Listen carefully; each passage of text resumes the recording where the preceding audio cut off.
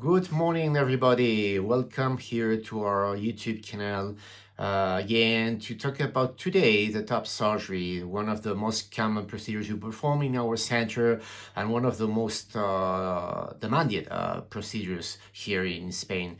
So we are glad to welcome to everyone who is coming from abroad to have the surgery here in Madrid with us. But first of all, I wanted to let you know a few things about the top surgery, something very interesting and something that can be very helpful for the follow-up, especially for people coming from abroad, sometimes concerned about the language, about what's gonna happen in the days after the operation. The top surgery is surgery in which we take off both breast first to get a masculine shape, and for that we use three different tools. Very important, both every of them. So the first one is removing the breast and the excess of tissue, especially the skin, because most people ask me, okay, why cannot we perform a perioral technique in my case, even if my breast is not that big? Okay, that's very important to know, because when we take off the glands and we leave there the skin, such as we do in the perioral technique, we need to rely on the ability to the skin to retract properly. I mean, if we cannot take off any skin and we remove the glands and under the skin, the skin needs to retract properly after the surgery to get a best masculine shape. If not, what we can have is kind of this little bag of skin under the nipple, hanging under the nipple, which is very bad to see, and most people think there's still a breast there. So that's why we need to have two different important things to take the decision we are going to do a perioral technique. The first one, the breast has to be very small. The second one, the skin has to be of a good quality. I mean, it doesn't it need to have any stretch mark. It has to be thick. It has to be elastic, young, and so on. If not, the possibilities to have a bad result because the scalp, the skin won't retract properly will be very high. And in this case, even if the breast is small, we'd need to do a double incision mastectomy. So for the double incision is formed by three different steps along the same surgery. In the first one, we always take off the excess of glands and skin with following a scar as straight as possible, okay?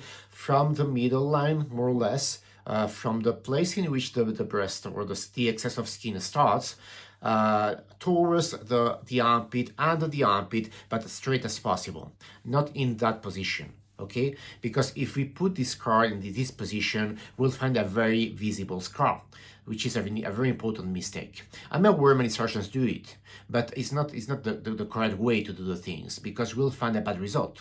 Instead, we can try to put the scar just under the armpit, towards a very straight incision, to try to hide it as much as possible. That's for the first step in the same surgery. In the second step in the same surgery I'm talking about, we always perform a chest liposuction. That's very important for the final result, because with the chest liposuction, we can play with the fat to keep on the fat over the muscle to reproduce the muscle relief. We can take off the fat just at the bottom of the chest to get this conic shape every man have. That's very important too. And at the same time, we can regularize the scar to avoid complications such as, for example, the dog ears in both sides of the chest. And finally, at the end of the procedure, that's the moment in which we take the nipple, we make it as masculine as possible. Not in terms of size. For sure, we need to reduce the size of the areola, but at the same time, if we found it there, an important protrusion of the nipple, we need to add another technique, which is called the nipple reduction crown technique. It means we are going to reduce this projection, this protrusion of the nipple, to get a flatter appearance, little pointed in the middle. with a normal size, a normal diameter. Okay, so we need to do, in many cases, these two techniques to get a good result with the nipple too. Finally, we find the masculine position to put the nipple, we remove the superficial part of the skin to put on the nipple, and finally we need to cover everything with a special bandage. You need to think after the surgery, it's very important to rest. Because you'd be on admittance just for one night. The day after the surgery, if everything is okay, you'd be discharged from the hospital with your appointment written down on the discharge report for the next follow-up, for the next checkup, 1 week after the surgery. But for this first week, it would be very important to rest. The nipple is going to be transferred using a free transfer of tissue technique. It means if it doesn't have a good contact with its recipient bed, the nutrients and the oxygen won't be in situation to find the nipple. So you'd be at risk to lose the nipple. So that's why it's that important to rest. To rest and to have this little pressure with the bandage that could be stuck on the chest. Okay, that's very important to find this contact between the recipient bed and the nipple. By resting, I mean not lying back on a bed for the full week, because if you do so, you start with back pain. But the moment you're awake in the morning, I'd be recommending you to get up carefully, to find a comfortable place such as a sofa, and stay there the full day. And just come back to the bed for sleep, face up, not on your side. That's very important too. For the movements you can do, you can move your elbow, that is correct, to move your elbow, but not your shoulder. Okay? You shouldn't do this movement, but you could do this movement with your elbow to manage a remote control, to manage a cell phone, or even an iPad on your belly. Never on your chest, because you'll find the nipples here. So if you put something on your chest, you'll be at risk to move the nipple. Finally, if you needed to help, to move, just try to avoid to be helped through the side, okay? You know, it's very common, it's very useful to help a person using the armpit, but it would be very dangerous for the nipple, because the nipple would be located there. So if you put a hand here, if you help a person through the armpit, you'd be moving the nipple. So you'd be putting at risk the person who had her operation, to lose the nipple. So just his back, not his side. His side is not correct to use to move this person, but his back is okay. So just in case he needed help, try to use his back, not his side, okay? Things that can happen and are normal.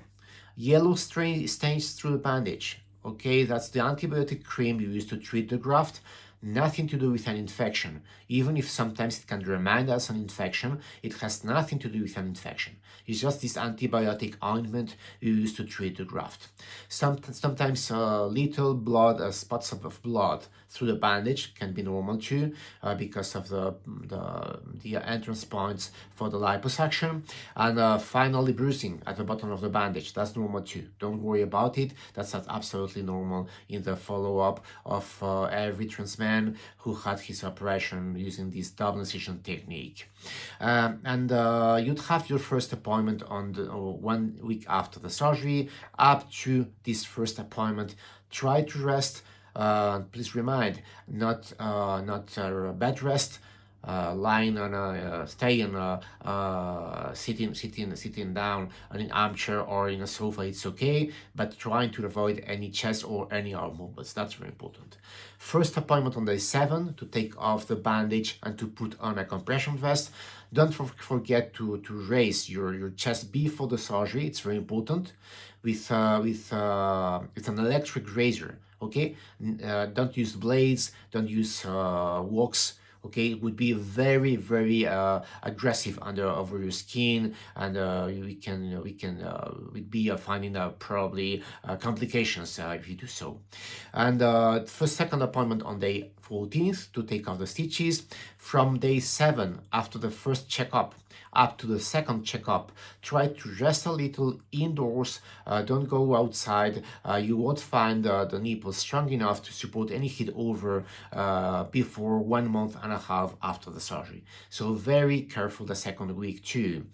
Don't remove the compression vest along this second week, just up to the second appointment, and be very careful at the airport. The moment you are coming back home, be very careful, because any heat over the nipple, even if you are 2 weeks after the surgery, and you to be at risk to have a nipple attachment and finally a complication.